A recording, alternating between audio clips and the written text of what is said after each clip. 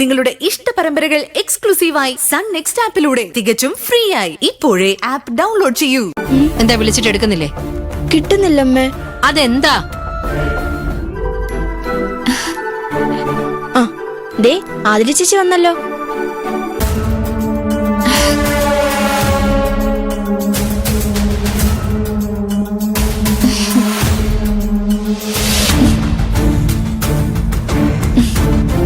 Phone വിളിയും കഴിഞ്ഞിട്ട് നീ എവിടെ സർക്കിട്ടിന് പോയത്? വാട്ടർ ക്യാൻ കൊടുക്കാൻ പോയതാണെന്ന് പറഞ്ഞില്ലേ അമ്മേ? ഓ, ഇപ്പോഴൊക്കെ വാട്ടർ ക്യാൻ കൊടുക്കാൻ പോയാ വീട്ടിനകത്തേക്ക് നിന്നെ ബൊക്കെ നൽകി സ്വീകരിക്കാറുണ്ടോ? അത് കൊള്ളാലോ.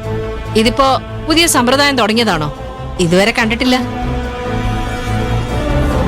എന്താടി മിണ്ടാ നിക്കുന്നേ? ചോദിച്ചത് കേട്ടില്ലേ?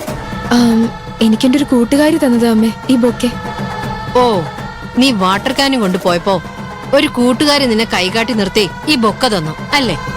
അങ്ങനെയല്ല അമ്മേ, ഞാൻ കോളേജിൽ നിന്ന് ഗോൾഡ് മെഡൽ വാങ്ങിയ ദിവസേ അവളിവിടെ ഉണ്ടായിരുന്നില്ല. ഇപ്പൊ വന്നപ്പോ എന്നെ ഫോൺ ചെയ്ത് വിളിച്ചിട്ട് ഈ ബൊക്ക നിന്റെ കയ്യിലേക്ക് തന്നു അല്ലേ? അതുകൊണ്ട് പുറത്തേക്ക് വലിച്ചെറിഞ്ഞിട്ട് അടുക്കളയിലേക്ക് വാ, ജോലിയുണ്ട് അവിടെ.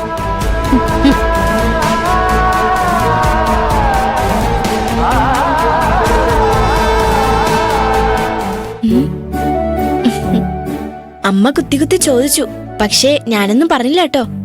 എന്തായി കണ്ടോ? അമ്മ വാ, റൂമിലേക്ക് പോ.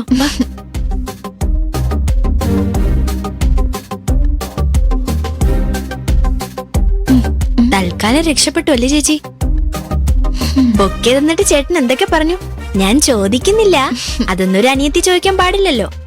ആള് ഇത്രയും റൊമാൻറ്റിക് ആണെന്ന് അന്ന് കൊണ്ടപ്പോ തോന്നിയതേ ഇല്ല. അതൊക്കെ വിട്, അമ്മയുടെ മൂടിപ്പ് എങ്ങനെയാ? നേരത്തെ കണ്ടില്ലേ, വാട്ടർ ക്യാൻ കൊടുത്താൽ അവര് ബൊക്കെ തന്ന് സ്വീകരിക്കോ എന്നല്ലേ ചോദിച്ചത്. അത് ഈ ബൊക്കെ കണ്ടതിന്റെ ഒരു കെറുവ.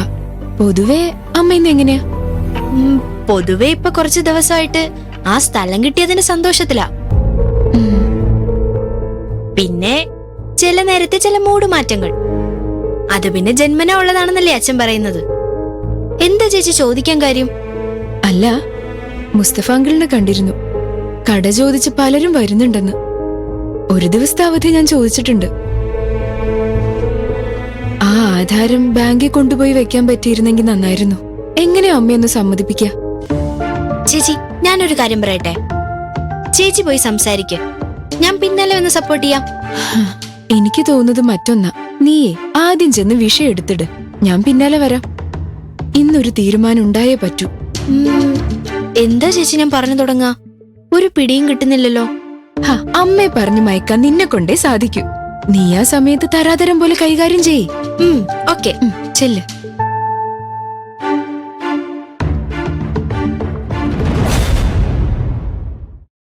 അമ്മേ, അമ്മേ.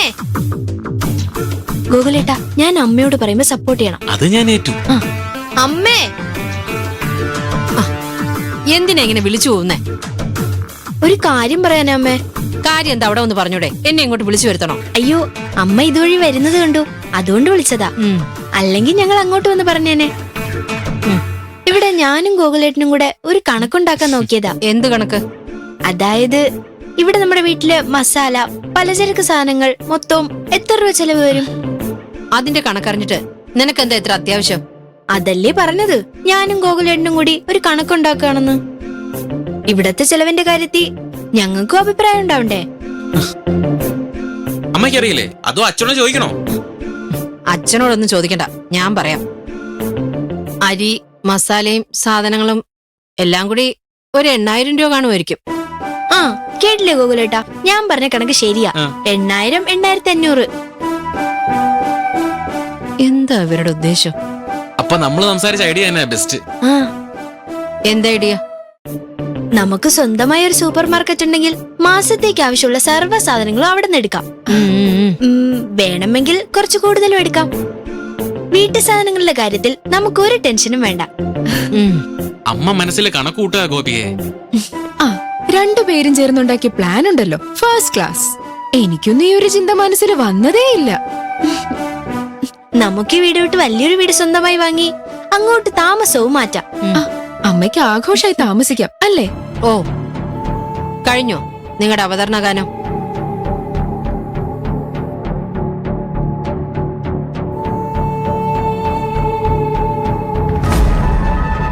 ഞാനൊരു ശുദ്ധ മന്ദബുദ്ധിയാണെന്ന് നിങ്ങൾ അങ്ങ് തീർച്ചയാക്കി അല്ലേ? മാസ ചെലവ് ലാഭിക്കാം, വലിയ വീട്ടിലേക്ക് താമസം മാറ്റാം, ആർഭാടായിട്ട് ജീവിക്കാം എന്നൊക്കെ പറഞ്ഞ് എന്റെ കയ്യിലുള്ള ആധാരം ബാങ്കിൽ കൊണ്ടുപോയി വെക്കാൻ എന്നെ കൊണ്ട് സമ്മതിപ്പിക്കണം.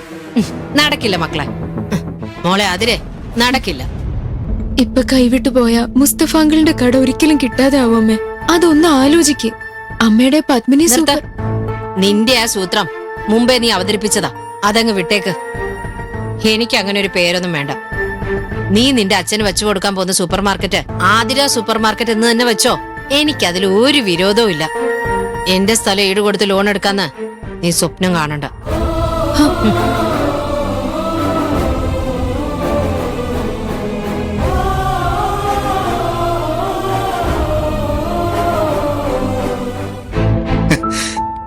അപ്പോഴേ മുത്തച്ഛ, നാളെയാണ് കല്യാണ നിശ്ചയം.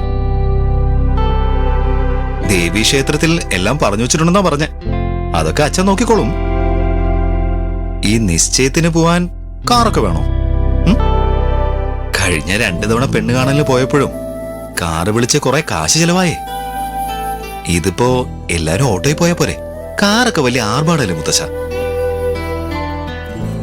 ആർഭാടം അഹങ്കാരല്ലേ? നമ്മളത് ചെയ്യാൻ പാടുണ്ടോ? പിന്നെ കല്യാണം അത് വളരെ സിമ്പിളായി നടത്തണം. ഹാളൊന്നും വേണ്ട. ഇതുപോലെ ഏതെങ്കിലും അമ്പലത്തിൽ വെച്ച് നടത്താം. ആരെങ്കിലും ചോദിച്ചാ അങ്ങനെ ഒരു നേർച്ച ഉണ്ടെന്നൊക്കെ പറഞ്ഞാൽ മതിയല്ലോ. ഗസ്റ്റിനെ വിളിക്കുന്നതും ശ്രദ്ധിക്കണം. എപ്പോഴാ വല്ല പകർച്ചവ്യാധിയും പൊട്ടി പുറപ്പെടുക എന്ന് പറയാൻ പറ്റില്ലല്ലോ. നമ്മൾ ഇവിടുന്ന് ഒരു 45-50 പേര്, ആതിരയുടെ വീട്ടിൽ നിന്ന് 50.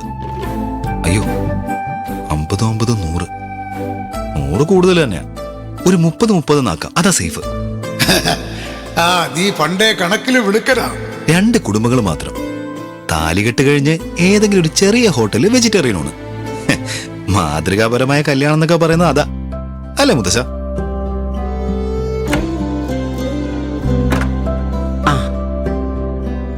സദാസമയവും ഇത് തന്നെ പണി. മുത്തച്ഛനും പേരമകനും അവന്റെ മനസ്സിലേക്ക് സകല കുനിഷ്ടുകളും ചൊരിഞ്ഞു കൊടുക്കുന്നത് ചുവരിലുള്ള ഈ ജീവനില്ലാത്ത മനുഷ്യനാ.